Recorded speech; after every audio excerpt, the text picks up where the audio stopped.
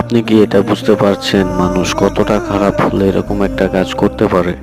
কুকুরটার গলায় একটি রাবার পেঁচিয়ে দেয়, যেটার কারণে কুকুরটার কিছুদিনের মধ্যে ঘাড়টা আস্তে আস্তে কাটতে শুরু করে।